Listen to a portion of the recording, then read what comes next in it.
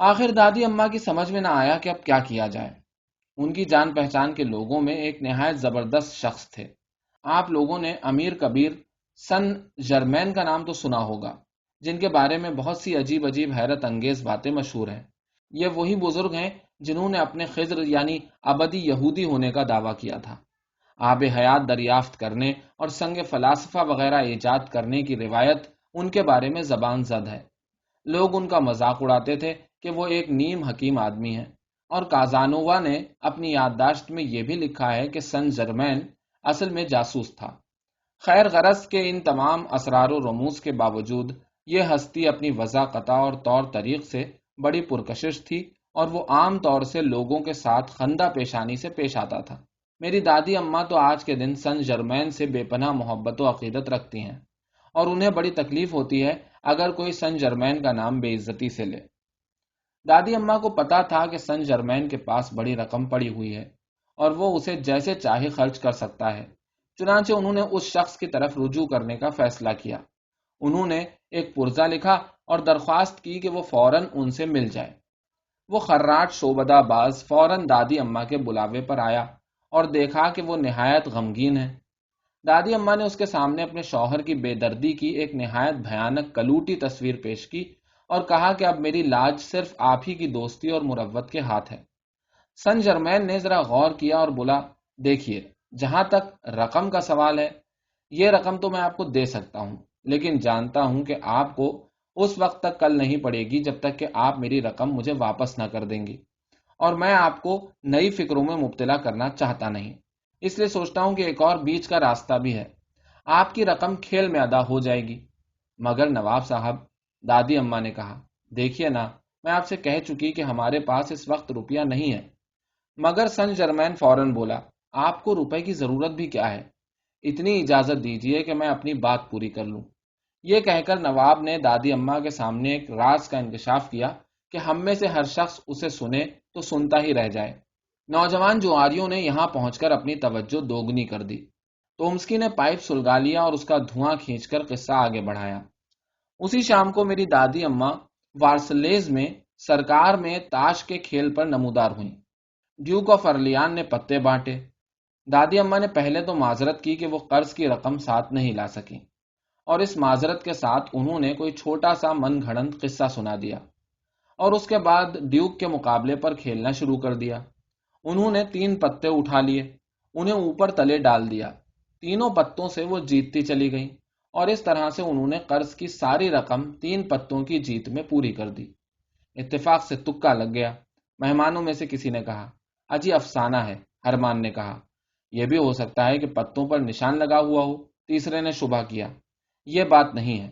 تومسکی نے زور دے کر کہا، تو پھر کیسے؟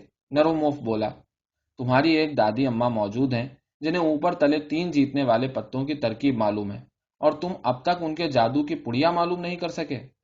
جی ہاں، لعنت ہو اس پر، تومسکی بولا۔ دادی اماں کے 4 بیٹے تھے، ان میں ایک میرے باپ تھے۔ چاروں کے چاروں بڑے زور کے جواری نکلے، لیکن اس پر بھی دادی اماں نے وہ راز ان میں سے کسی کو نہیں بتایا۔ حالانکہ اگر وہ بتا دیتی تو وارے نیارے ہو جاتے، اور چلو مجھ کو بتا دیں تو کیا برا ہے، لیکن ہے یہ حقیقت۔ مجھ سے خود میرے چچا نواب ایوان ایلیچ نے بیان کیا، قسم کھا کر۔ اور سنیے، مرحوم چپلیتسکی تھے نا، وہ جو محتاج ہو کے مرے، انہوں نے لاکھوں کی رقم جوئے میں اڑا دی۔ ایک بار کا ذکر ہے کہ وہ نوجوانی کے زمانے میں جوئے میں 3 لاکھ کے اردب میں آ گئے تھے۔ مجھے یاد پڑتا ہے کہ زورچ سے ہارے تھے، ان کے ہوش اڑ گئے۔ دادی اماں ہمیشہ سے نوجوانوں کی بدعنوانیوں کے معاملے میں بہت سخت رہی ہیں۔ انہیں کسی وجہ سے چپلیتسکی کی حالت پر رحم آ گیا۔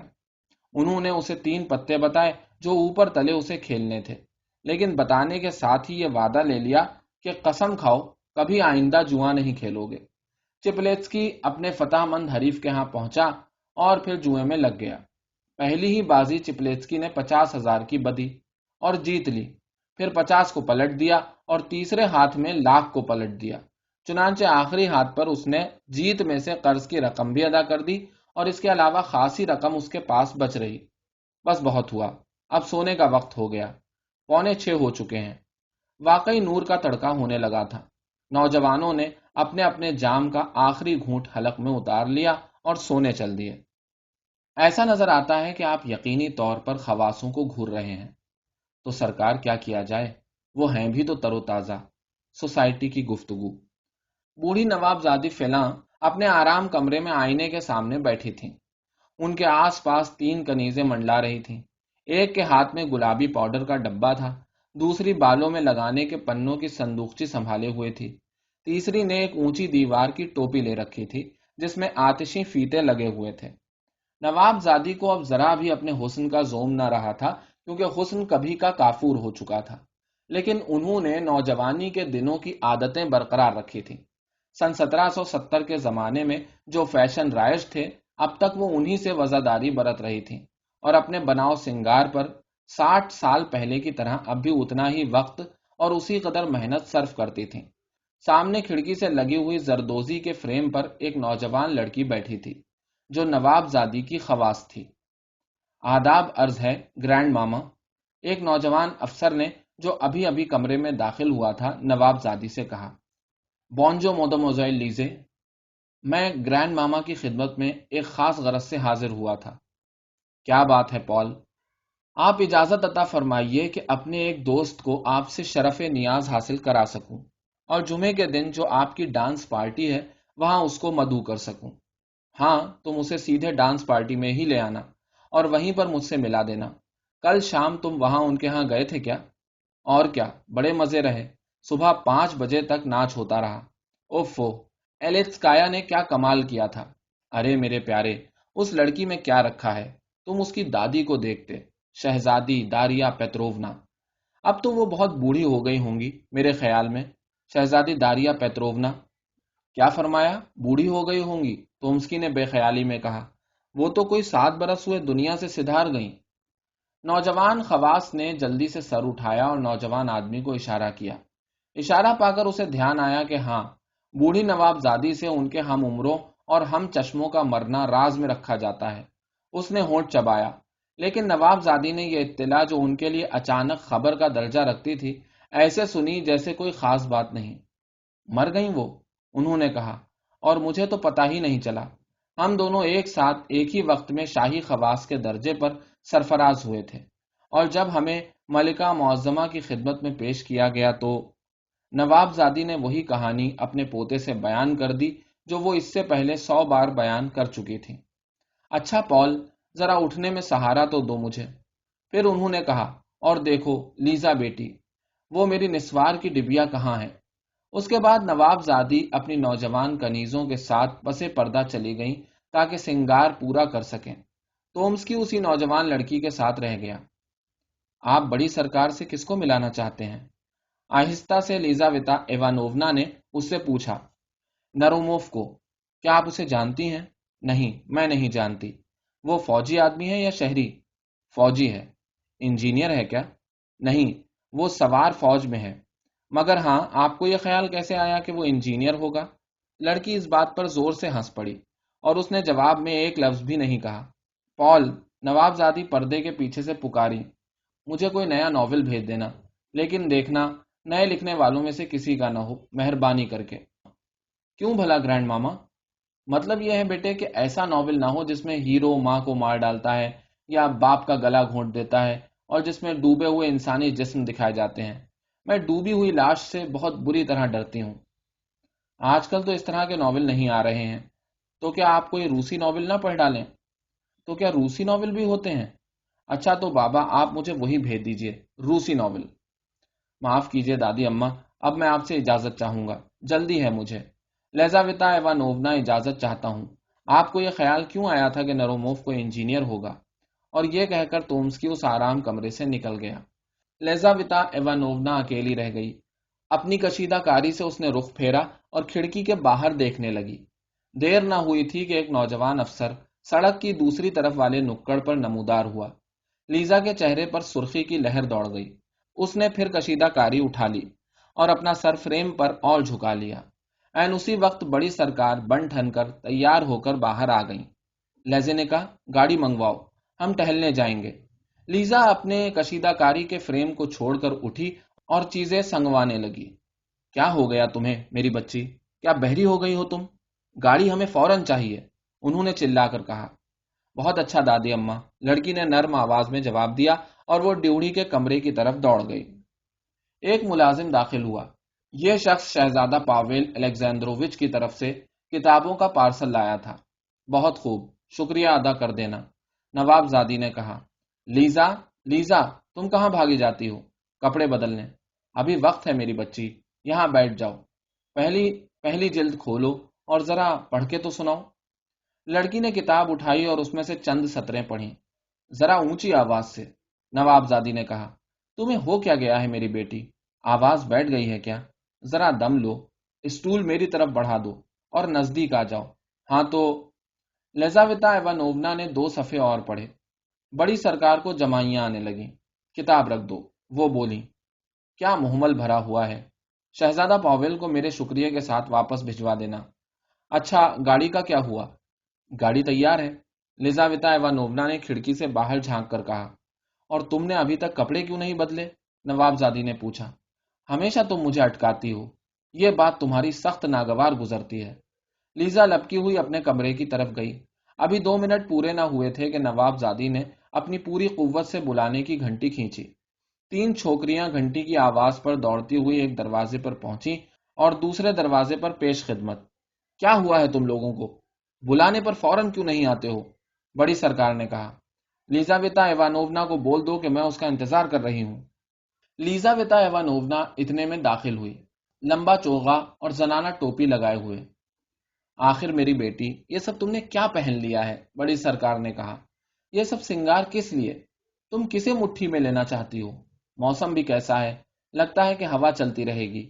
نہیں سرکار، ایسا تو نہیں ہوگا، موسم آج بہت پرسکون ہے، پیش خدمت نے جواب دیا۔ تم ہمیشہ بے سوچے سمجھے بول پڑتے ہو۔ چھوٹی کھڑکی کھول دو، نواب زادی نے حکمن کہا۔ جو کہا ہے وہی ہے، ہوا تیز ہے، ہوا میں ٹھنڈک بھی ہے۔ گاڑی واپس کرا دو۔ لیزے نے کہا۔ اب ہم سواری پر نہیں جائیں گے، تم نے فضول کپڑے بدلے۔ بس یہ ہے میری زندگی، لیزاویتا ایوانوونا نے جی میں سوچا۔ حقیقت یہ ہے کہ لیزاویتا ایوانوونا بہت دکھی تھی۔ غیر کی روٹی کڑوی ہوتی ہے، دانتے نے کہا ہے، اور غیر کی دہلیز پر چڑھنا بھاری پڑتا ہے۔ کون ہے جو اس کڑواہٹ کو اس غریب لڑکی سے زیادہ جانتا ہوگا جس کا نفس غیر پر مدار ہو، ایک بڑھیا بیگم صاحبہ کی مرضی پر۔ بڑی سرکار اپنی طبیعت سے ایسی بری نہ تھی، لیکن تنک مزاجی تھی، ویسی ہی جیسی کہ عام طور سے ان تمام بیگمات میں ہوتی ہے جو کسی زمانے میں سوسائٹی سے ناز برداری کرا چکی ہوں۔ بڑی سرکار سنکی ہو گئی تھی، ان میں ہوس بھر گئی تھی، صرف اپنی ذات سے غرض تھی اور دوسروں کی طرف سے روکھاپن۔ ان تمام عمر رسیدہ لوگوں کی طرح جو عمر کے بڑے حصے میں نازک جذبات سے عاری اور حال سے بے نیاز ہو چکتے ہیں، وہ اب بھی اونچی سوسائٹی کی آن بان میں خوب حصہ لیتی تھیں، خود کو ناچوں کی پارٹی میں لے جاتی تھیں، جہاں ایک گوشے میں بیٹھی ہوئی گالوں پر سرخی پھیرا کرتی اور بیتے دنوں کے فیشن کا بناؤ سنگھار کیا کرتی، اور ان کی ہستی رنگ محلوں کی ایک ناگوار مگر نہایت ضروری آرائش بنی رہتی تھی۔ جو مہمان رنگ محل میں نئے نئے آتے تھے وہ بڑی سرکار کے نزدیک پہنچتے اور ادب سے ان کے آگے سر جھکاتے، جیسے کسی مستند رسم کی ادائیگی کی جا رہی ہو۔ بس اس کے بعد ان کا کوئی نوٹس نہ لیتا تھا۔ خود اپنے یہاں سارے شہر کو شرف ملاقات بخشتی تھی، جہاں سختی سے ادب آداب بڑھتے جاتے تھے۔ اگرچہ وہ کسی کو صورت سے پہچانتی نہیں تھیں، بے شمار خانہ زاد ان کی خدمت میں اور نوکروں کے کمروں میں پڑے پڑے پھول رہے تھے اور پکتے جا رہے تھے۔ جو ان کے جی میں آتا تھا کرتے تھے، اور بڑی سرکار کو آخری وقت نچوڑ لینے میں ایک دوسرے سے بازی لیے جا رہے تھے۔ بس ایک لیزاویتا ایوانوونا تھی جو اس حویلی میں شہید ناز بنی ہوئی تھی۔ وہ پیالی میں چائے اونڈیلتی تو اس بات پر ڈانٹ پڑتی کہ شکر کیوں زیادہ ہو گئی۔ وہ اونچی آواز میں ناول پڑھ کے سناتی تو مصنف کی ساری خرابیوں کی بلا اس کے سر آتی۔ بڑی بی کے ساتھ وہی ہوا خوری کے لیے جاتے وقت سواری میں بیٹھتی، اور اگر موسم خراب ہوا یا سڑک کی حالت ابتر ہوئی تو وہی جواب دہ ٹھہرائی جاتی۔ ایک تنخواہ بھی برائے نام مقرر تھی، مگر وہ کبھی پوری وصول نہ ہوئی۔ اس پر یہ بھی تھا کہ اس کا لباس ایسا ہونا چاہیے جیسا دوسرے سبھوں کا ہوتا ہے، یعنی ایسا جیسا گنے چنے لوگوں کا ہوتا ہے۔ سوسائٹی میں اس لڑکی کی حیثیت بڑی قابل رحم تھی، سب اسے جانتے تھے اور کوئی بھی اسے خیال میں نہیں لاتا تھا۔ ناچ کے موقعوں پر وہ صرف اس وقت ناچنے کھڑی ہوتی جب کسی کو ناچ کے لیے جوڑ کی کمی پڑ جاتی، اور بیگمات تبھی اس کا بازو تھامتی تھیں جب انہیں اپنے سنگار میں کہیں نوک پلک درست کرنے کے لیے جانے کی ضرورت پیش آ جاتی اور کوئی ہاتھ بٹانے والا درکار ہوتا۔ لیزا کو اب اپنی فکر تھی اور اس حالت کا شدید احساس تھا، اس لیے وہ اپنے چاروں طرف نظر دوڑاتی تھی اور سخت بے چینی تھی کہ کہیں سے کوئی ایسا مل جائے جو اس پھٹکار سے نجات دلا سکے۔ لیکن نوجوانوں کے دماغ میں ہوا بھری تھی اور وہ ناپ تول کے ایسے عادی تھے کہ اس بیچاری کو توجہ کا شرف بھی نہیں بخشتے تھے۔ حالانکہ لیزاویتا ایوانوونا ان نک چڑی اور ٹھنڈی دلرباؤں سے 100 گنا دلکش ہوگی جن کے وہ چکر کاٹا کرتے تھے۔ کتنی ہی بار یہ ہو چکا تھا کہ وہ حد سے زیادہ بنے ٹھنے مگر بے روح ڈرائنگ روم میں سے بہت آہستہ دبے پاؤں اٹھ گئی کہ اپنے غریب اجڑے کمرے میں آنسو بہا لے، جہاں دیواری کاغذوں کے پردے لگے تھے، خانے بنے ہوئے تھے، چھوٹا سا شیشہ ٹنگا تھا، رنگا ہوا پلنگ پڑا تھا اور جہاں موم بتی پیتل کے شمادان میں بجھی بجھی جلا کرتی تھی۔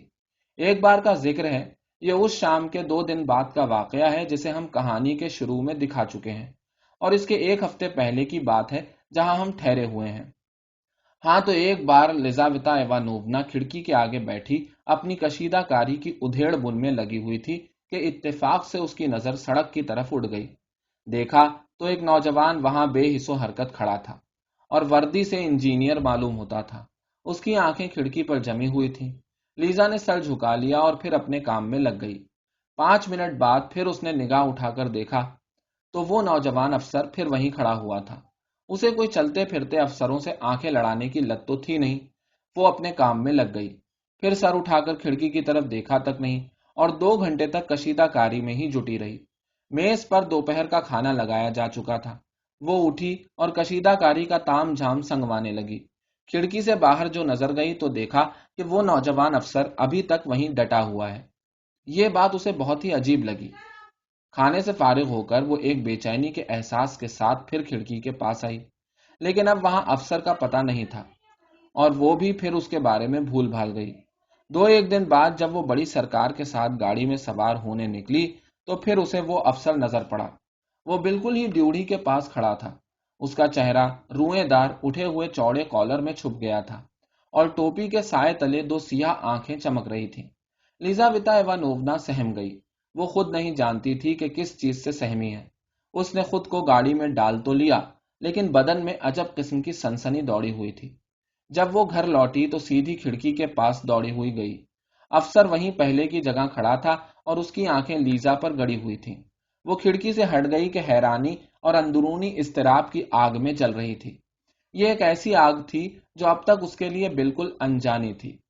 اس کے بعد سے یہ ہونے لگا کہ ایک دن بھی ایسا نہ گزرا جب وہ نوجوان ایک خاص وقت پر ان کی حویلی کے پاس کھڑکی کے سامنے کھڑا نظر نہ آیا ہو۔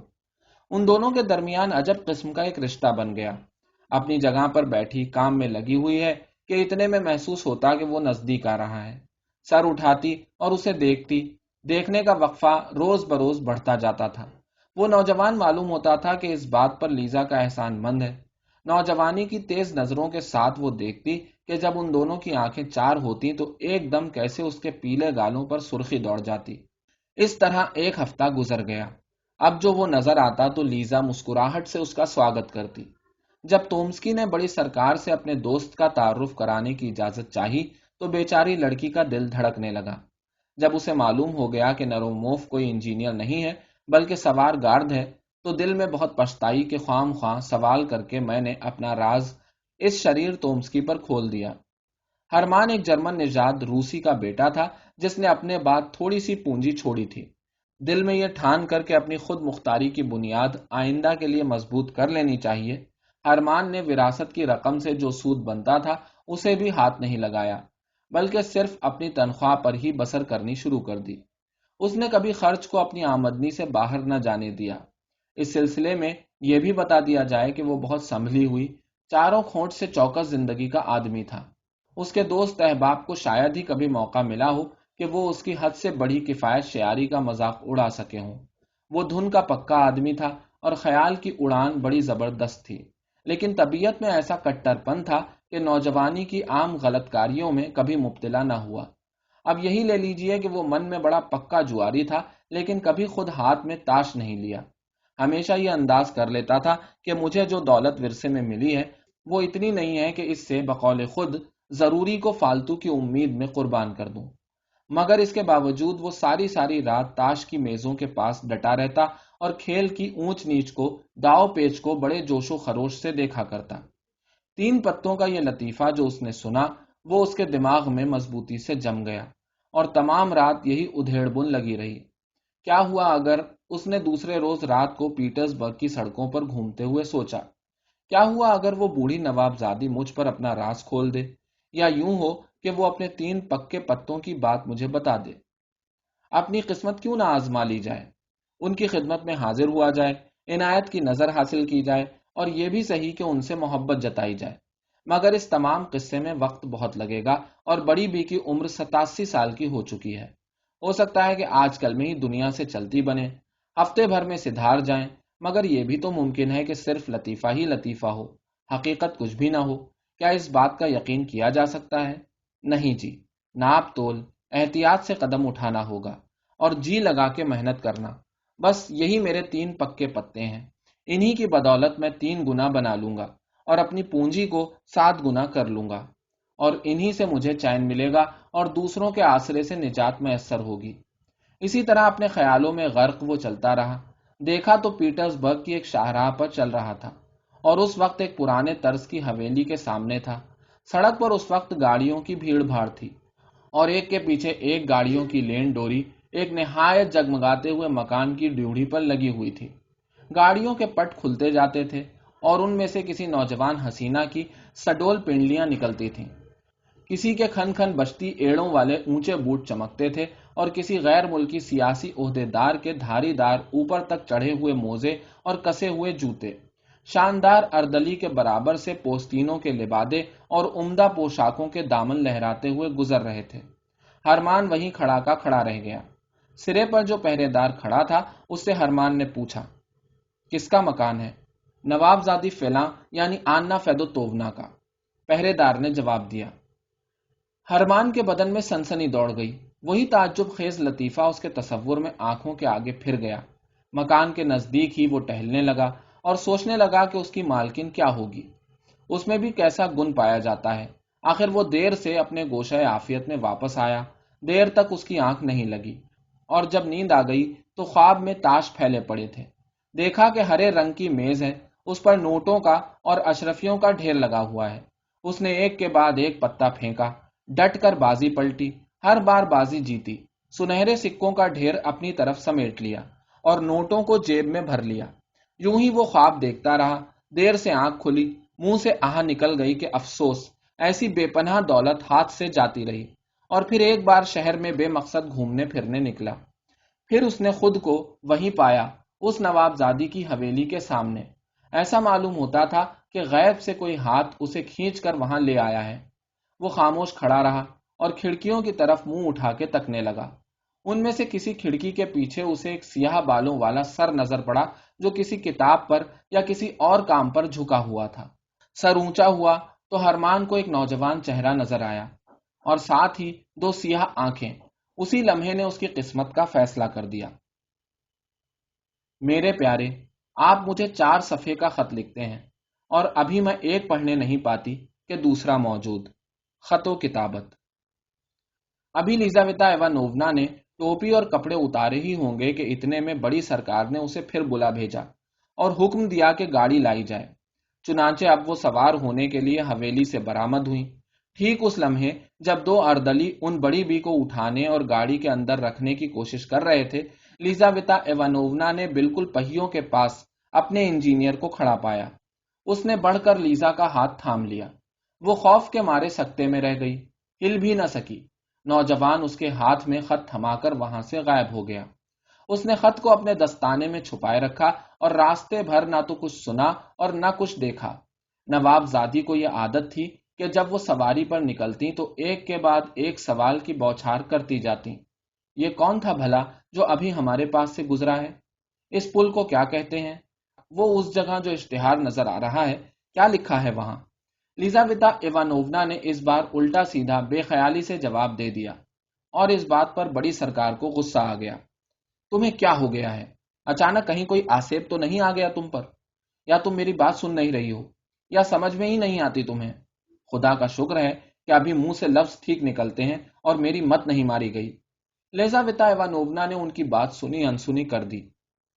گھر واپس پہنچتے ہی وہ جھٹ اپنے کمرے میں دوڑی اور اس نے دستانے میں سے خط نکال لیا۔ خط سر بمہر نہیں تھا۔ لیزاویتا ایوانوونا نے اس پر اس سرے سے اس سرے تک نظر دوڑائی۔ خط میں محبت کا اعتراف پایا جاتا تھا۔ خط کا لہجہ نرم و نازک تھا، وزنی اور دل کو لگنے والا تھا، اور کسی جرمن ناول سے لفظ بلفظ نقل کیا ہوا تھا۔ لیکن لیزاویتا ایوانوونا، جسے جرمن زبان کی خبر نہیں تھی، خط پڑھ کے بہت دلشاد ہوئی۔ پھر بھی خط نے اس کے اندر ہلچل مچا دی۔ زندگی میں پہلا موقع تھا کہ اسے رازداری کی ہوا لگی اور ایک نوجوان مرد سے تعلقات پیدا کر لینے کا احساس ہوا۔ انجینئر کی بے باکی نے اسے تھرا دیا تھا۔ لیزا نے خود کو ملامت کی کہ میں غلط راستے پر لگی جا رہی ہوں۔ وہ طے نہ کر سکی کہ کیا کرے کیا نہ کرے۔ کیا کھڑکی کے سامنے بیٹھنا چھوڑ دے اور روکھے پن کا برتاؤ کر کے اس کے آئندہ آگے بڑھنے کے ارادوں پر اوس ڈال دے، یا اس کا خط واپس کر دے، یا بے مہری سے دو ٹوک جواب دے کر خاموش کر دے۔ کوئی ایسا نہ تھا جس سے وہ مشورہ کر سکتی، نہ اس کی سہیلیاں تھیں اور نہ کوئی رازدار تھا۔ آخر لیزاویتا ایوانوونا نے طے کیا کہ جواب لکھنا چاہیے۔ وہ لکھنے پڑھنے کی میز پر بیٹھ گئی، قلم اور کاغذ نکالا اور سوچنے لگی کہ کیا لکھا جائے۔ کئی بار اس نے خط شروع کیا اور ہر بار اسے چاک کر ڈالا۔ کبھی معلوم ہوتا تھا کہ جو الفاظ وہ لکھ رہی ہے وہ حد سے آگے بڑھے جا رہے ہیں، اور کبھی یہ لگتا تھا کہ لب و لہجے میں درستی ہے۔ آخر وہ ایسی چند سطریں لکھنے میں کامیاب ہو گئی جن سے دل کو اطمینان ہوا کہ ٹھیک ہیں۔ سطریں یہ تھیں: مجھے یقین ہے کہ آپ کی نیت صاف ہے اور آپ بے خیالی یا بے پرواہی سے کوئی ایسا قدم نہ اٹھائیں گے جو میری توہین کا سبب ہو، لیکن ہماری ملاقات یوں اس طرح سے شروع نہ ہونی چاہیے۔ آپ کو میں آپ کا خط واپس کر رہی ہوں اور یقین کرتی ہوں کہ آئندہ آپ کی طرف سے نامناسب برتاؤ کی شکایت کا موقع نہیں دیا جائے گا۔ دوسرے دن جیسے ہی اس نے ہرمان کو نزدیک آتے دیکھا، وہ فوراً کشیدہ کاری کے فریم سے اٹھ کھڑی ہوئی اور برابر کے کمرے میں چلی گئی۔ اس نے کھڑکی کے اندر کا ایک پٹ کھولا اور خط اس کے اندر سے ہاتھ بڑھا کر باہر پھینک دیا۔ اسے بھروسہ تھا کہ نوجوان انجینئر ہوشیاری سے کام لے گا۔ ہرمان لپک کر اس جگہ پہنچا جہاں خط گرا تھا۔ اس نے لفافہ اٹھا لیا اور ایک پیسٹری کی دکان میں گھس گیا۔ مہر توڑی تو لفافے میں سے خود اس کا لکھا ہوا خط نکلا اور لیزاویتا ایوانوونا کا جواب۔ اسے خود بھی یہی توقع تھی کہ ایسا ہوگا۔ وہ اپنے مکان پر اسی ادھیڑ بن میں واپس ہوا کہ کیا چال چلنی چاہیے۔ اس واقعے کے 3 دن بعد ایک بے قرار آنکھوں والی لڑکی زنانہ فیشنوں کی دکان سے لیزاویتا ایوانوونا کے پاس ایک پرزہ لے کر آئی۔ لیزاویتا ایوانوونا نے بے چینی سے خط کھولا۔ اسے اندیشہ تھا کہ کہیں اس کے اندر روپے کا تقاضا ہوگا، لیکن اچانک دیکھا کہ ہرمان کی تحریر تھی۔ دیکھو بچی، تم سے غلطی ہوئی ہے، لیزا نے اس بچی سے کہا۔ یہ پرزہ مجھے نہیں بھیجا گیا ہے۔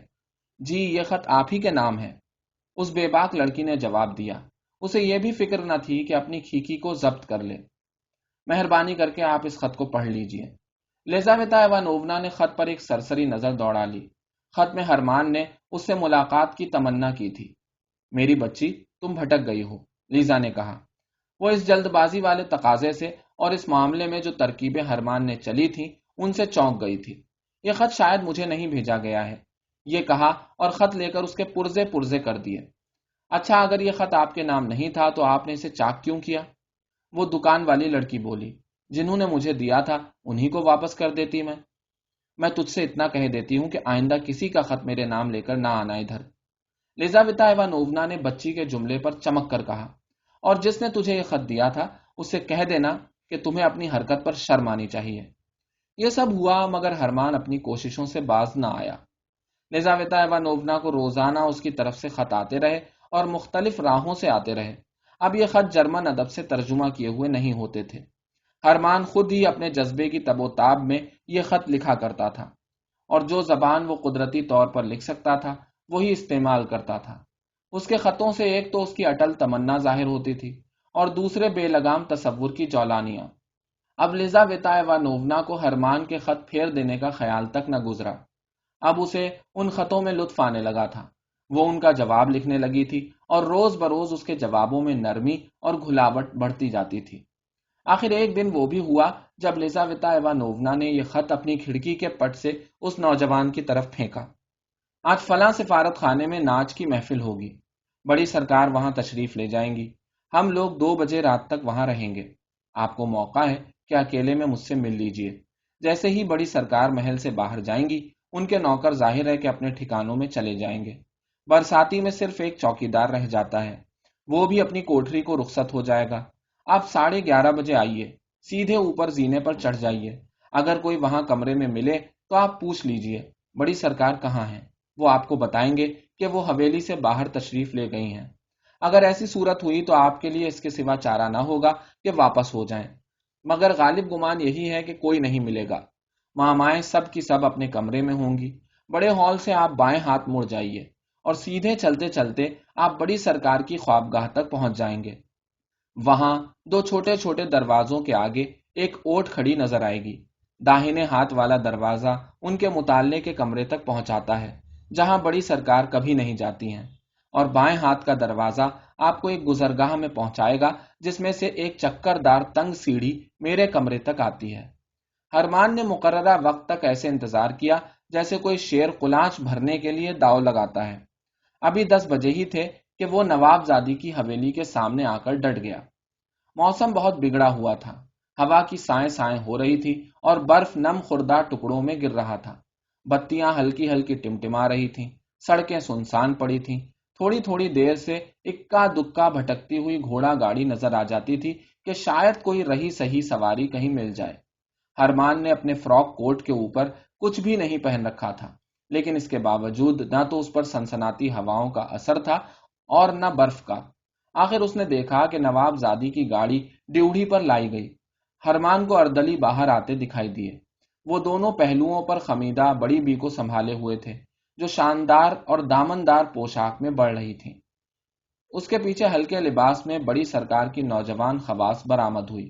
اس کے جوڑے میں پھول لگے تھے، گاڑی کے پٹ زور سے بند ہوئے اور پہیے کنکر برف پر زور سے چرچرائے۔ پہرے دار نے اگلا دروازہ بھیڑ دیا اور کھڑکیوں پر اندھیرا پھیل گیا۔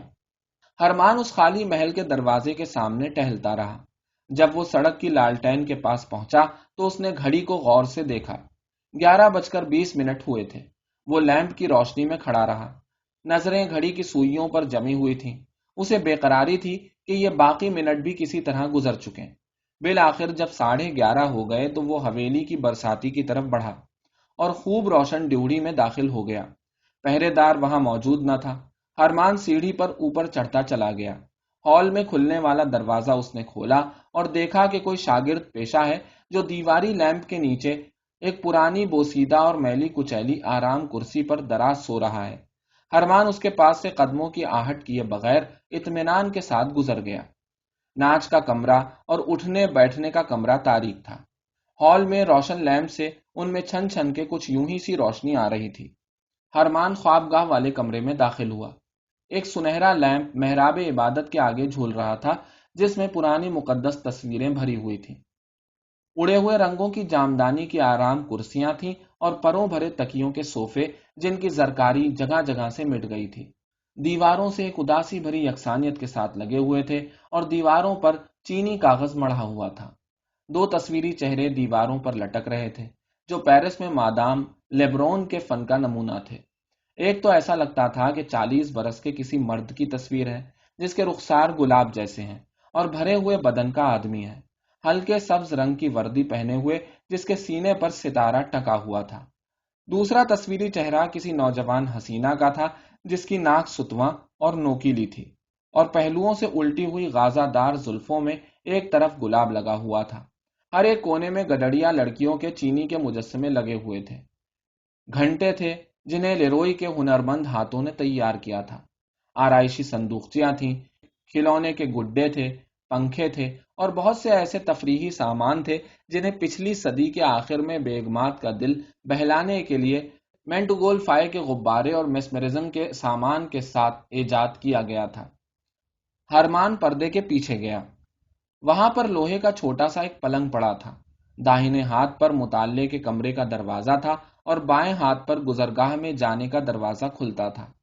ہرمان نے اسے کھولا تو وہ تنگ چکر دار سیڑھی نظر آئی جو اس بیچاری لڑکی کے کمرے کو جاتی تھی، لیکن وہ آگے نہ گیا، مڑ کر مطالعے کے اندھیرے کمرے میں گھس گیا۔ وقت بہت سست رفتاری سے گزر رہا تھا۔ ہر طرف خاموشی اور سناٹا تھا۔ بیٹھک کے کمرے میں گھنٹے نے 12 بجائے۔ اسی کے ساتھ دوسرے تمام کمروں سے یکے بعد دیگرے گھنٹوں کے بجنے کی صدا سنائی دی۔ پھر اس کے بعد سناٹا چھا گیا۔ ہرمان وہیں اندر ٹھنڈے چولہے سے ٹیک لگائے کھڑا رہا۔ وہ بالکل پرسکون تھا۔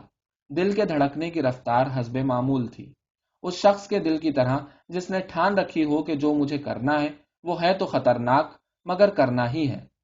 گھنٹوں نے 1 بجایا اور پھر 2 بجا دیے۔ ہرمان کو دور سے گھوڑا گاڑی کے پہیوں کی گڑگڑاہٹ سنائی دی۔ اس کے جسم میں سنسنی سی دوڑ گئی۔ گاڑی نزدیک آتے آتے تھم گئی۔ اب اسے صاف سنائی دیا کہ اترنے کے لیے پائیدان کھٹ سے گرایا گیا۔ سارے مکان میں گونج ہو گئی تھی۔ لوگ دھپ دھپ کرتے دوڑے، آوازیں بلند ہوئیں اور گھر میں روشنیاں کر دی گئیں۔ 3 ادھیڑ عمر کی خاص مامائیں خواب گاہ میں لپکتی جھپکتی پہنچی اور بڑی سرکار نے بالکل ادھموئی حالت میں اس کمرے کے اندر قدم رکھا اور خوب اونچی پشت والی آرام کرسی میں دھنس کر بیٹھ گئیں۔ ہرمان نے دروازے کے شگاف سے جھانکا۔ لیزاویتا ایوانوونا اس کے بالکل نزدیک سے گزر گئی۔ اپنے زینے پر چڑھتے ہوئے لیزا کے قدموں کی آہٹ ہرمان کو صاف سنائی دے رہی تھی۔ اس کے دل میں گھونسا سا لگا، لیکن یہ پشیمانی کا احساس فوراً ہی دب کر رہ گیا۔ اب وہ یہاں اندھیرے کمرے میں ایسے کھڑا تھا جیسے آدمی نہیں پتھر ہو۔ بڑی سرکار آئینے کے سامنے کپڑے اتارنے لگی۔ ماماؤں نے گلاب لگی ان کی ٹوپی کے کانٹے کھولے اور سفید چونڈے پر سے، جس کے بال باریک ترشے ہوئے تھے، پاؤڈر لگی ہوئی بالوں کی پوشش الگ کی۔ ان پر سے پنیں ایسے بکھر گئیں جیسے بوچھار ہوئی ہو، اور پیلا لباس جس پر چاندی کا کام تھا سوجے ہوئے پیروں پر پھسل گیا۔ ہرمان نے ان کے سنگار کے وحشتناک رازوں کو اپنی آنکھوں سے دیکھ لیا تھا۔ آخر میں بڑی سرکار سے ملازماؤں نے ساری آرائشیں الگ کر لیں اور ان کے برہنہ جسم پر صرف شب خوابی کا گاؤن اور شب خوابی کی ٹوپی لپیٹ دی۔ اس لباس میں جو ان کی عمر پر نہایت زیب دیتا تھا، اب وہ بدحیت اور بھدی عورت کم ہی نظر آتی تھیں۔ جیسے کہ سارے ہی عمر رسیدہ لوگوں کو عام طور سے ہوتا ہے، بڑی بی کو بھی بے خوابی کا مرض تھا۔ جب ان کی مامائیں سارے لباس جدا کر چکی تو وہ خود کھڑکی کے پاس اونچی پشت والی آرام کرسی میں دراز ہو گئیں اور ملازماؤں کو رخصت کر دیا۔ شمعیں وہاں سے اٹھا لی گئیں اور اب پھر وہی منظر تھا کہ روشنی صرف سنہرے لیمپ سے چھن چھن کے آ رہی تھی۔ بڑی بی کے چہرے پر صفراوی زردی چھائی ہوئی تھی، مرجھائے ہوئے ہونٹ لٹکے ہوئے تھے، اور اس حالت میں وہ آرام کرسی میں پڑی ہوئی داہنے بائیں جھکولے کھا رہی تھی۔ ان کی دھندلی آنکھوں میں پوری بے خیالی پھیلی ہوئی تھی۔ ان پر ایک نظر ڈال کر کوئی بھی کہہ سکتا تھا کہ یہ بے پناہ بڑھیا داہنے بائیں جو جھکولے کھا رہی ہے وہ خود سے نہیں بلکہ کسی غیبی مقناطیسی قوت کے ہلائے سے ہل رہی ہے۔ اتنے میں اچانک ان کے مردار چہرے پر ایسی تبدیلی نمودار ہوئی جسے لفظوں میں بیان نہیں کیا جا سکتا۔ ہونٹوں کا لٹکنا جھولنا بند ہو گیا اور آنکھوں میں روشنی ہونے لگی۔ ایک اجنبی ان بڑی بی کی آنکھوں کے سامنے کھڑا تھا۔ آپ ڈریے نہیں، خدا کے واسطے آپ بالکل خوف نہ کیجیے۔ وہ دبی ہوئی آواز مگر صاف لہجے میں مخاطب ہوا۔ آپ کو تکلیف پہنچانے کی نیت نہیں ہے میری، میں تو صرف اس لیے حاضر ہوا ہوں کہ آپ کی نظر عنایت چاہتا ہوں، صرف ایک عنایت کی نظر۔ بڑی بی نے بہت غور سے اسے دیکھا اور زبان سے کچھ نہ کہا۔ معلوم ہوتا ہے کہ انہوں نے اس کی التجا سنی ہی نہیں۔ ہرمان کو اندیشہ ہوا کہ کہیں یہ بڑھیا بہری تو نہیں ہے۔ وہ بالکل ان کے کان کے پاس منہ لے گیا اور پھر اس نے وہی لفظ دہرائے۔ بڑی بی اب بھی پہلے کی طرح خاموش تھی۔ آپ چاہیں تو مجھے ساری زندگی کے لیے نہال کر سکتی ہیں، ہرمان نے التجا جاری رکھی۔ اس میں آپ کا کوئی نقصان نہیں ہے۔ مجھے پتا چلا ہے کہ آپ تاش کے ایسے 3 پتے جانتی ہیں جو ایک کے بعد ایک بازی مار سکتے ہیں۔ ہرمان نے بات یہیں توڑ دی۔ ظاہر تھا کہ نواب زادی سمجھ گئی ہیں کہ ان سے کس بات کی التجا کی جا رہی ہے اور اب لفظ تلاش کر رہی ہیں کہ کیا جواب دیا جائے۔ وہ تو محض ایک مذاق تھا، آخر انہوں نے کہا۔ میں تم سے قسم کھا کے کہتی ہوں کہ وہ صرف ایک ڈھکوسلا تھا، یہ مذاق کی بات نہیں ہو سکتی، ہرمان نے سخت لہجے میں کہا۔ چپلیٹسکی آپ کو یاد ہوگا، جسے اس کی ہاری رقم جیت لینے میں آپ نے مدد دی تھی۔ بڑی بھی اس پر کچھ پریشان نظر آئیں۔ معلوم ہوتا تھا کہ کوئی زبردست جذباتی کیفیت ان کے چہرے پر جھلکی، لیکن ذرا دیر بعد وہ پھر اپنی اسی حالت میں ڈھلک گئیں۔ کیا مجھے آپ ان 3 پکے پتوں کے نام بتائیں گی؟ ہرمان نے سوال جاری رکھا۔ بڑی بھی بالکل خاموش رہیں۔ ہرمان آگے بڑھا۔ بھلا آپ کس کے لیے یہ خزانہ دبائے بیٹھی ہیں؟ اپنے پوتوں پوتیوں کے لیے؟ آپ جانتی ہیں کہ وہ خود دولت مند ہیں، ان کے نزدیک روپے کی کیا قیمت؟ آپ کے بتائے ہوئے 3 پتے کسی فضول خرچ کے کام نہیں آ سکتے۔ جو آدمی باپ کی دولت کو شاہ خرچیوں میں اڑا دے، وہ چاہے کتنی ہی شیطانی چالیں چلے لیکن غریبی میں مرے گا۔ میں فضول خرچ نہیں ہوں، روپے کی قدر کر سکتا ہوں۔ آپ مجھے بتا دیں گی تو آپ کا راز رائے گا نہ جائے گا۔ تو بتائیے۔ اس نے بولنا بند کر دیا، مگر بے قراری اس بات کی تھی کہ کچھ تو جواب ملے۔ بڑی سرکار بالکل خاموش رہیں۔ ہرمان ان کے پیروں پر گر پڑا۔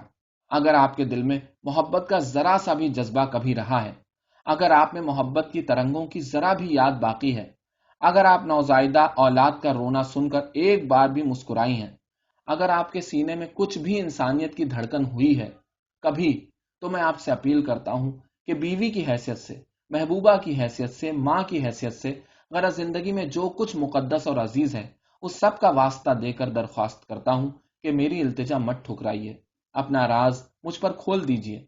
اگر خدا نہ خواستہ ایسا ہے کہ اس راز کے ساتھ کوئی خوفناک گناہ وابستہ ہو جس سے پروردگار کی برکتوں کا نزول بند ہونے کا اور شیطان سے وابستگی کا اندیشہ ہو، تو آپ اس کی پرواہ مت کیجیے۔ خود پر نظر کیجیے کہ آپ اپنی عمر کو پہنچ چکی ہیں، بہت دن اب نہیں جئیں گی، اور میں اس کے لیے آمادہ ہوں کہ آپ کا گناہ اپنے سر لے لوں۔ صرف آپ اپنا راز مجھ پر آشکار کر دیجیے۔ آپ اس پر نظر کیجیے کہ ایک انسانی وجود کی مسرت آپ کی مٹھی میں ہے۔ صرف میں ہی نہیں، میرے بچے، میرے پوتے پوتیاں اور ان کی بھی اولاد در اولاد ہمیشہ آپ کے لیے دعائیں خیر کریں گے اور آپ کی یاد کو سینوں سے لگاتے رہیں گے۔ بڑی بی نے ایک لفظ بھی منہ سے نہ کہا۔ ہرمان ان کے قدموں سے اٹھ کھڑا ہوا۔ چڑیل کہیں کی، اس نے دانت بھینچ لیے، تو میں تجھ سے جواب لے کے رہوں گا۔ ان لفظوں کے ساتھ اس نے جیب سے پستول نکال لیا۔ پستول پر نظر کرتے ہی بڑی بی نے دوبارہ سخت تشنج کی کیفیت کا اظہار کیا۔ انہوں نے اپنا سر پیچھے ڈھلکایا اور ہاتھ اوپر کر دیا، گویا گولی سے آڑ لے رہی ہوں، اور جھٹکے سے کرسی کی پشت پر لگ کر گر گئیں اور بے حس و حرکت ہو گئیں۔ دیکھیے، آپ کوئی چھٹولنی بچی نہیں ہیں، ہرمان نے بڑی سرکار کا ہاتھ تھام کر کہا۔ اب میں آپ سے آخری بار پوچھتا ہوں، بولیے، آپ مجھے تاش کے ان 3 پتوں کا نام بتا رہی ہیں یا نہیں؟ ہاں یا نہیں؟ بڑی سرکار کے لبوں سے کوئی جواب نہ ملا۔ ہرمان نے دیکھا کہ وہ ٹھنڈی ہو گئی تھیں۔ آدمی بے اخلاق اور بے دین۔ خط و کتابت۔ لیزاویتا ایوانوونا اپنے کمرے میں بیٹھی تھی اور ابھی تک ناچ کی پوشاک میں ملبوس گہری سوچ میں غرق تھی۔ جیسے ہی وہ حویلی واپس آئی، اس نے فوراً اپنی اونگتی ہوئی خادمہ کو چھٹی دے دی، جو بے دلی سے خدمت انجام دینے کو تیار تھی۔ لیزاویتا ایوانوونا نے اس سے کہہ دیا کہ نہیں، میں خود کپڑے بدل لوں گی۔ پھر وہ دھڑکتے ہوئے دل سے سیدھی اپنے کمرے پہنچی۔ اسے توقع تھی کہ وہاں ہرمان بیٹھا ہوگا، مگر دل چاہتا تھا کہ وہ نہ ہو تو اچھا ہے۔ پہلی ہی نظر میں اس نے دیکھ لیا کہ وہ وہاں پر نہیں ہے۔ شکر ادا کیا کہ قسمت کے ستارے اچھے تھے جنہوں نے اس ملاقات میں رخنہ ڈال دیا۔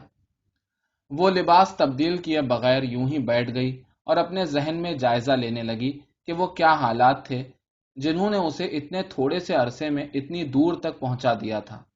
ابھی اس دن کو پورے 3 ہفتے بھی تو نہیں گزرے جب اس نے پہلی بار نوجوان انجینئر کو اپنی کھڑکی کے نیچے دیکھا تھا، اور اتنی جلدی وہ اس سے خط و کتابت پر اتر آئی، بلکہ رات کی ملاقات کا وعدہ بھی دے چکی۔ اگر اسے نوجوان کا نام معلوم تھا تو صرف اس لیے کہ بعض خطوں پر اس نے دستخط کر دیے تھے، ورنہ آج کی رات تک کبھی اس سے بات چیت کا بھی اتفاق نہ ہوا تھا۔ آواز تک نہ سنی تھی، اس کے بارے میں کچھ معلوم نہ تھا۔ اور یہ کیسی عجیب بات ہوئی کہ آج کے ناچ میں جب تومسکی اپنی نوجوان محبوبہ شہزادی پولینا کی اس بات پر چڑ گیا کہ وہ منہ کا مزہ بدلنے کو کسی دوسرے سے چونچلے کرنے لگی، تو وہ بھی انتقام لینے پر اتر آیا اور اس نے بے رخی دکھانی چاہی تو لیزاویتا ایوانوونا کو اپنے ساتھ ناچ کی دعوت دے دی، اور مازورکا کے لمبے تھکا ڈالنے والے رقص میں وہ اس کا ہاتھ لیے ناچتا رہا۔ ناچ کے وقت برابر لیزا کو چھیڑتا رہا کہ تم تو انجینئروں کی طرف جھکی ہوئی ہو، اور یہ بھی جتاتا رہا کہ اسے اتنا کچھ معلوم ہے جو وہ کبھی شاید گمان بھی نہیں کر سکتی۔ اس کے بعض اشارے کنائے ایسے چپتے ہوئے تھے کہ لیزاویتا ایوانوونا بار بار یہ قیاس کیے بغیر نہ رہ سکی کہ اس شخص کو میرے دل کا راز معلوم ہے۔ تمہیں یہ سب کس نے بتایا؟ اس نے ہنستے ہوئے تومسکی سے پوچھ ہی لیا۔ کسی ایسے شخص کے دوست نے بتایا ہے جسے تم جانتی ہو، تومسکی نے جواب دیا۔ وہ بڑا بے پناہ آدمی ہے۔ یہ بے پناہ آدمی کون ہوا بھلا؟ اس کا نام ہے ہرمان۔ لیزاویتا ایوانوونا نے کوئی جواب نہ دیا، لیکن اس کے ہاتھ پاؤں بالکل برف ہو گئے۔ یہ جو شخص ہے ہرمان، تومسکی بولتا رہا، بڑا منچلا آدمی ہے۔ نیپولین کا ناک نقشہ پایا ہے اس نے، اور میفستوفیلس کی روح ہے۔ مجھے یقین ہے کہ وہ کم سے کم 3 جرموں کا بوجھ اپنے ضمیر پر لیے پھرتا ہے۔ تم کیوں پیلی پڑ گئیں؟ میرے سر میں درد ہو رہا ہے۔ اس نے کیا کہا تھا آپ سے؟ کیا نام تھا اس کا؟ ہرمان، یہی بتایا۔ ہرمان اپنے دوست سے بے حد ناراض ہے۔ وہ کہتا ہے کہ اگر وہ اس کی جگہ ہوتا تو بالکل مختلف قدم اٹھاتا۔ ویسے میرا اپنا خیال یہ ہے کہ ہرمان کی نظر ہے آپ پر۔ کم از کم وہ اپنے دوست کے ان اشاروں کو جن میں التفات پایا جاتا ہے بڑی دلچسپی سے سنتا ہے۔ لیکن اس نے مجھے کہاں دیکھا ہوگا؟ گرجا گھر میں شاید، یا ممکن ہے باہر سواری میں دیکھا ہو۔ خدا جانے، آپ کو کمرے میں ہی دیکھ لیا ہو جب آپ سو رہی ہوں۔ اس شخص سے سب کچھ ممکن ہے۔ 3 معزز خواتین ان کے پاس پہنچی اور فرانسیسی میں پوچھا، کہیے کیا لیتے ہیں آپ؟ اور اس چپتی ہوئی دلچسپی کی گفتگو کا سلسلہ ٹوٹ گیا۔ تومسکی کے قرعے میں جس خاتون کا نام نکلا وہ خود شہزادی فلاں تھیں۔ ناچ گھر کا پورا ایک چکر اور شہزادی کی کرسی کے سامنے ایک گردش، اتنے وقت میں دونوں کے درمیان صلح صفائی ہو گئی، اور جب تومسکی اپنی جگہ واپس پہنچا تو اسے نہ ہرمان سے دلچسپی رہ گئی تھی اور نہ لیزاویتا ایوانوونا سے۔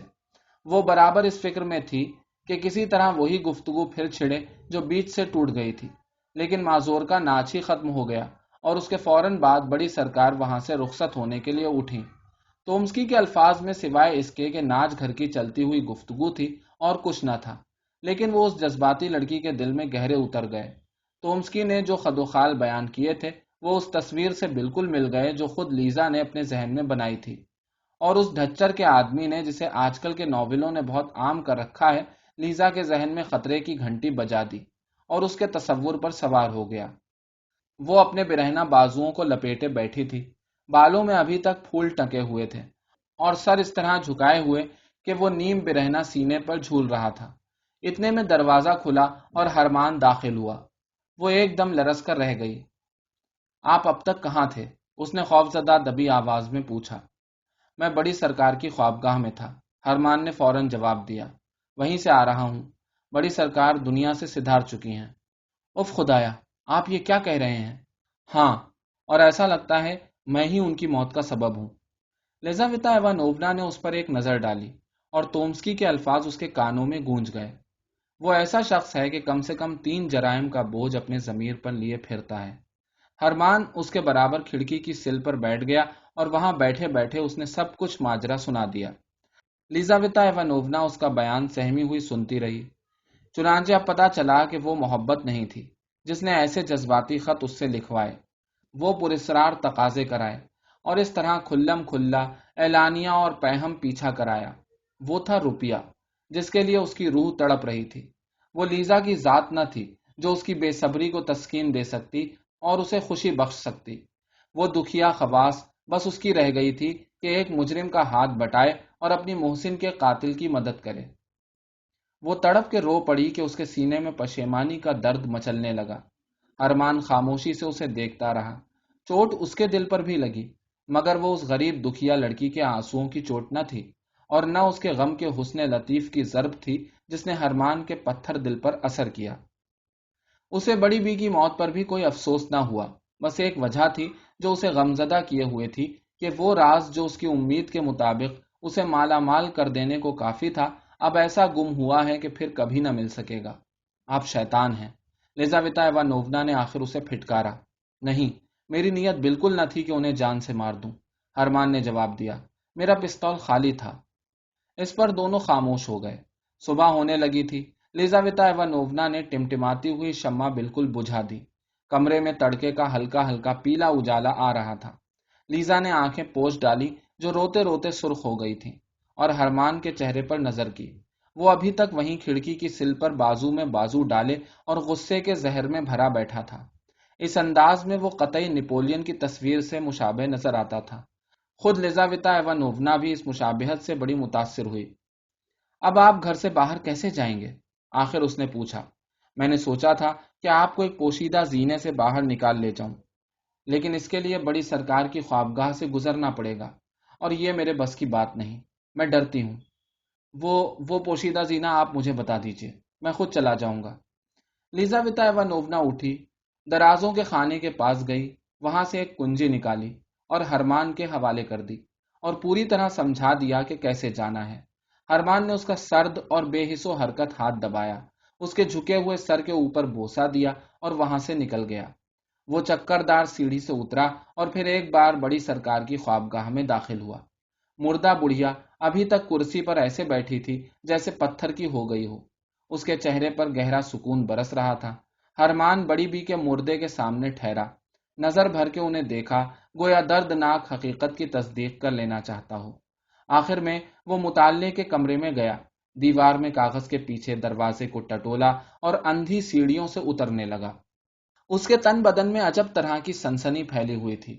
اس نے جی میں سوچا، یہی اندھی سیڑھی ہوگی جس سے ہو کر 60 سال پہلے کوئی آیا ہوگا اور اس خوابگاہ میں پہنچا ہوگا عین اسی وقت، اور اس کے جسم پر لمبا زرکاری کا کوٹ ہوگا، اس کے بالوں میں لچھے پڑے ہوئے ہوں گے، اس کا تکونیا ٹوپ سینے سے لگا ہوگا، اور اس نے نوجوان دولت مند نواب زادی کا دل چرایا ہوگا، اور اب اسے قبر میں کیڑے کھا رہے ہیں، اور اس کی بوڑھی محبوبہ کا دل آج اپنی رفتار بند کر چکا ہے۔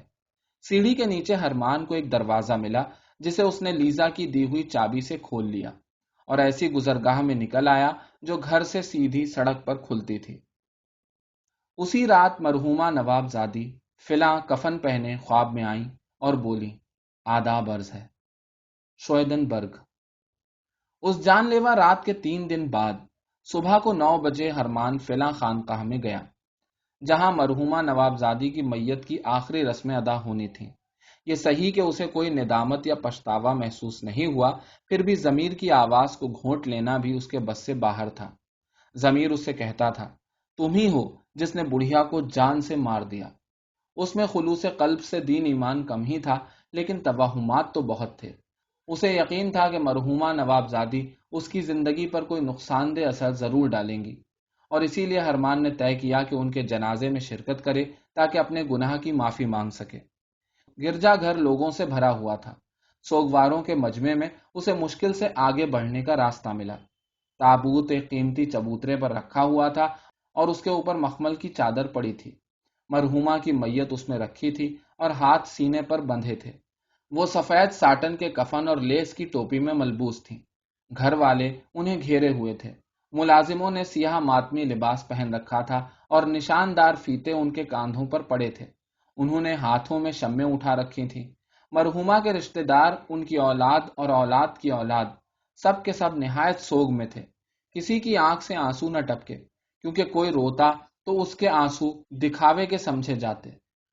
بڑی سرکار اتنی بوڑھی ہو چکی تھی کہ ان کی موت سے کسی کو تعجب نہ ہوا، اور خود ان کے رشتہ دار ایک زمانے سے یہ سمجھ چکے تھے کہ وہ اپنی عمر پوری کر چکی ہیں۔ ایک نو عمر پادری نے ان کی آخری رسم ادا کی۔ اس نے سادہ اور اثر انگیز جملوں میں پاک پاکیزہ مرنے والی کی پرسکون موت کا حال بیان کیا کہ انہوں نے اتنی عمر پائی کہ ایک مسیحی جیسی موت کے لیے پرسکون با اثر تیاری کریں۔ پادری نے کہا، موت کے فرشتے نے انہیں بیدار پایا۔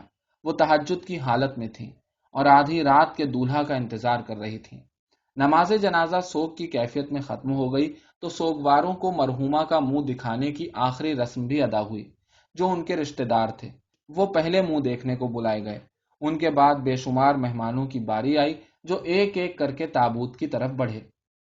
یہ لوگ وہ تھے جو اس ہستی کو آخری خراج عقیدت پیش کرنے آئے تھے، جو ایک زمانے سے ان کی فضول کی تفریحات میں شریک ہوا کرتی تھی۔ ان کے بعد مرحومہ کے ملازموں کا نمبر آیا۔ آخر میں تابوت کے پاس مرحومہ کی عمر کی بوڑھی ماما آئی۔ 2 نوجوان خادمائیں اس بوڑھی ماما کو بازوؤں سے تھامے ہوئے تھیں۔ اس میں اتنا بھی دم نہ رہا تھا کہ زمین تک جھک سکتی، اور سب میں وہی ایک اکیلی تھی جس نے اپنی مرحومہ مالکن کے ٹھنڈے ہاتھ کو بوسہ دیتے ہوئے آنسوؤں کی چند بوندیں ٹپکائیں۔ اس بڑھیا کے بعد ہرمان نے جرأت کر کے تابوت کے پاس قدم بڑھایا۔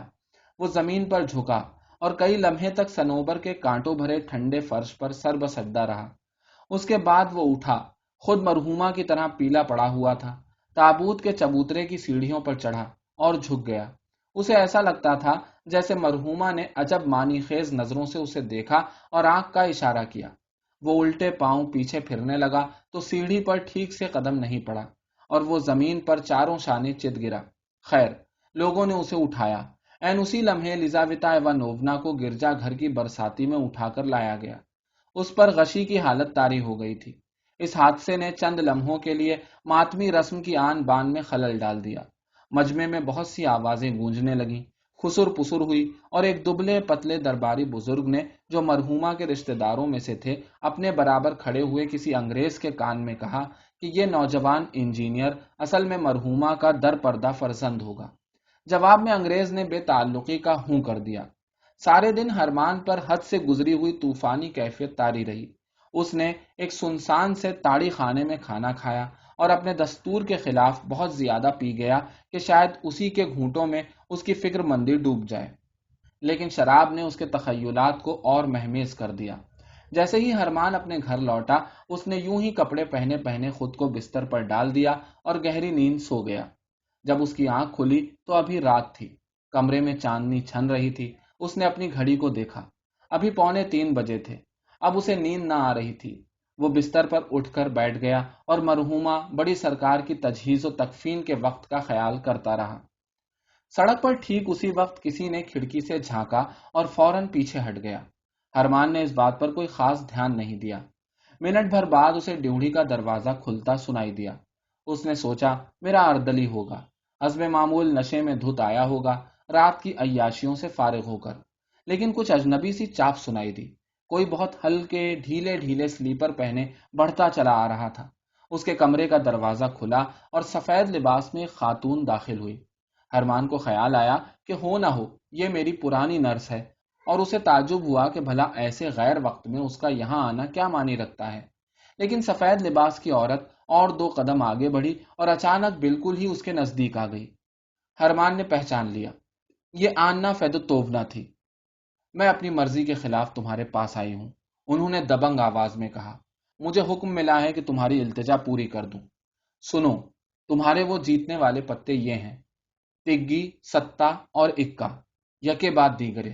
لیکن صرف ایک شرط ہے کہ ایک دن میں ایک سے زیادہ پتے پر بازی مت لگانا، اور جب تینوں پتے کھیل چکو تو پھر ساری عمر تاش کو چھونا نہیں، ہرگز۔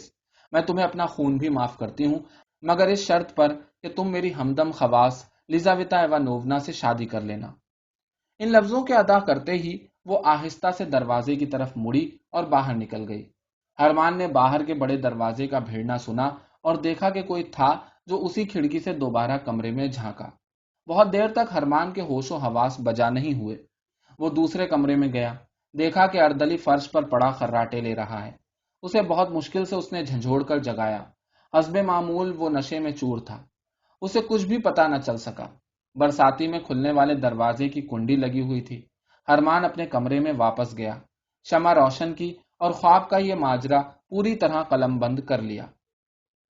صبر کرو، کیا آپ کی یہ ہمت کہ مجھ سے کہیں صبر کرو؟ جی نہیں حضور والا، میں نے عرض کیا ذرا صبر فرمائیے۔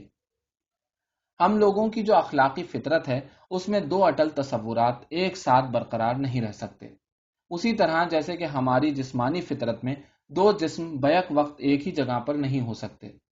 تگی، ستے اور اکے نے ہرمان کے تصورات میں پھر اسی بوڑھی مرحوما کو طاری کر دیا۔ تگی، ستہ اور اکا برابر اس کے دماغ پر حاوی تھے اور ہونٹوں پر یہی لفظ رواں ہو گئے تھے۔ ایک لڑکی اسے نظر آئی، وہ بولا، واہ کیا سلیقے کی لڑکی ہے، بالکل پان کی تگی۔ کسی نے پوچھا، کیا وقت ہوگا اب؟ ہرمان نے جواب دیا، ستے میں 5 منٹ ہیں۔ ہر شخص جس کی توند بڑھی ہوئی ہو اگر اسے نظر آتا تو فوراً خیال اکے کی طرف جاتا تھا۔ تگی، ستے اور اکے نے اس کے خواب و خیال کو اس طرح اپنی گرفت میں لے لیا تھا کہ طرح طرح کی شکلوں میں وہی ابھرتے تھے۔ تگی اس کی آنکھوں کے سامنے ایسے کھلتا جیسے کوئی بہت بڑا کشادہ پھول ہو۔ ستا پرانے جرمن گوتھک طرز تعمیر کی کمانی کی طرح ابھرتا تھا، اور اکا بہت بڑی سی مکڑی نظر آتی تھی۔ سارے کے سارے خیالات صرف ایک ہی خیال میں بس گئے تھے کہ کسی طرح اس راز سے فائدہ اٹھا لیا جائے جو اتنا مہنگا پڑا ہے۔ وہ سوچنے لگا کہ کام چھوڑ چھاڑ کر سفر کرے، اس کی تمنا تھی کہ پیرس کے پبلک جوئے خانوں میں جو دنیا بھر کی لوٹی ہوئی دولت اکٹھی ہے وہاں ہاتھ مارے اور خزانے کا خزانہ صاف کر دے۔ وہ سوچتا رہا۔ اتفاق ایسا ہوا جس نے اس کو اپنی ادھیڑ بن سے نجات دلا دی۔ اس زمانے میں ماسکو میں دولت مند جواریوں کی ایک سوسائٹی تھی جس کا صدر مشہور جواری چیکالینسکی تھا۔ یہ وہی شخصیت تھی جس نے اپنی ساری عمر تاش کے پتوں میں گزار دی تھی اور لاکھوں کروڑوں کی رقم سمیٹ لی تھی، یعنی خود اپنے ہاتھ سے نقد ہار کر اس نے قرض ناموں میں لکھی ہوئی رقمیں جیتی تھیں۔ اس کے تجربے اور ہوشیاری کی بدولت ساری ہم پیشہ برادری میں چیکالینسکی کی ساکھ تھی، اور مہمان نوازی، مشہور خانسامہ کو اپنے ہاں رکھنا، خوش اخلاقی اور ہنسمکھ پن ایسی صفات تھیں جن سے لوگوں میں بھی اس کی بنی ہوئی تھی۔ وہ خود پیٹرزبرگ آیا، نوجوانوں کا جمگھٹ لگ گیا۔ بہت سونے ناچ گھر کے پروگرام اس کے ہاں تاش کی بازی پر قربان کر دیے۔ جوئے کی ترغیب نے لڑکیوں کی میٹھی میٹھی باتوں کو شکست دے دی۔ نروموف ہرمان کو بھی چیکالینسکی کے ہاں لے کر پہنچا۔ وہ دونوں ان شاندار کمروں کی قطار سے ہوتے ہوئے گزرے جن پر شائستہ ملازمین کا پہرا تھا۔ کچھ جنرل اور پریوی کونسل کے ممبر ویسٹ کھیل رہے تھے۔ نوجوان تماشائی جامدانی چڑھے صوفوں پر دراز تھے، پائپ کے دھوئیں اڑا رہے تھے اور آئس کریم چل رہی تھی۔ میزبان ڈرائنگ روم میں ایک لمبی چوڑی میز پر تاش کے پتے بانٹ رہا تھا جس کے گرد کوئی 20 جواریوں کی ٹکڑی پھیلی تھی۔ خود میزبان نہایت سلیقے کی شکل صورت کا 60 سالہ آدمی تھا۔ بالوں پر سفیدی پھر گئی تھی، لیکن بھرے بھرے چہرے اور ناک نقشے کی تازگی سے یہ معلوم ہوتا تھا کہ وہ ہنسمکھ اور خوش مزاج آدمی ہے۔ آنکھیں روشن تھیں اور ان میں ہمیشہ مسکراہٹ کی آب و تاب رہتی تھی۔ نروموف نے ہرمان کو اس سے ملایا۔ چیکالینسکی نے گرم جوشی سے ہرمان کا ہاتھ دبایا اور کہا کہ آپ صرف تماشائی نہ بنیے، اور خود کھیل میں لگا رہا۔ بازی لمبی تھی، میز پر کوئی 30 سے زیادہ پتے پڑے تھے۔ چیکالینسکی ہر ایک چال پر ذرا تھم کے سوچتا تھا تاکہ کھیلنے والوں کو اپنے ہاتھ کے پتے دیکھ لینے کی مہلت مل جائے۔ ہار جیت کاغذ پر لکھ لیتا تھا۔ جو شخص بھی کچھ کہنا چاہتا اس کی طرف توجہ سے کان بڑھا دیتا، اور اس کے ساتھ ساتھ ہی پتوں پر جو کسی کے ہاتھ میں دبنے سے شکن پڑ جاتی یا کونا مڑ جاتا اسے بھی خوش اسلوبی سے درست کرتا جاتا۔ آخر بازی ختم ہوئی۔ چیکالینسکی نے پتے پھینٹے تاکہ اگلی بازی کی تیاری ہو جائے۔ میں بھی ایک پتا کھیلنا چاہوں گا اگر آپ اجازت دیں۔ ہرمان نے تاش کی میز پر ایک موٹے سے بزرگوار کے پیچھے سے ہاتھ آگے بڑھاتے ہوئے کہا۔ چیکالینسکی مسکرایا اور اس نے سر جھکایا، جس کا مطلب تھا کہ بہت خوب۔ نروموف نے مسکرا کر ہرمان کو مبارکباد دی کہ چلو آخر آج تمہاری توبہ ٹوٹی، خدا کرے جیت میں رہو۔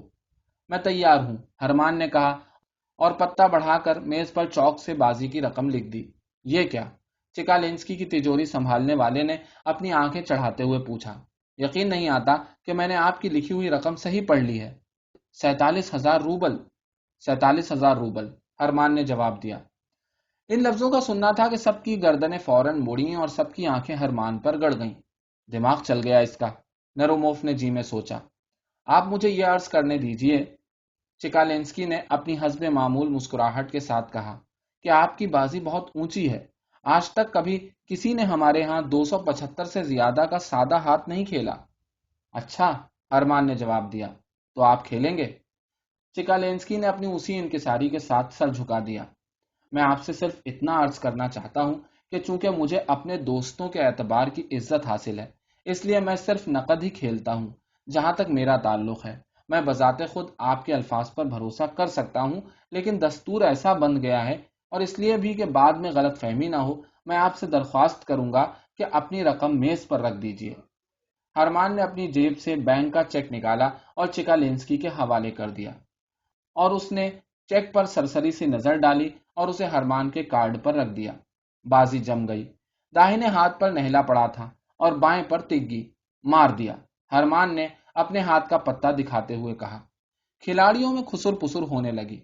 چیکالینسکی کو ناگواری ضرور ہوئی، لیکن فوراً ہی مستقل مسکراہٹ اس کے چہرے پر واپس آ گئی۔ کیا آپ کو یہ رقم ابھی دے دی جائے؟ ہرمان سے اس نے سوال کیا۔ جی ہاں، اگر زحمت نہ ہو تو۔ چیکالینسکی نے بینک نوٹوں کا ایک بنڈل اپنی جیب سے کھینچا اور 47,000 اوپر تلے گن دیے۔ ہرمان نے اپنی جیت کی رقم سنبھالی اور وہاں سے اٹھ گیا۔ نروموف بالکل ہی حواس باختہ ہو گیا۔ ہرمان نے لیمن کے شربت کا ایک گلاس پیا اور گھر چل دیا۔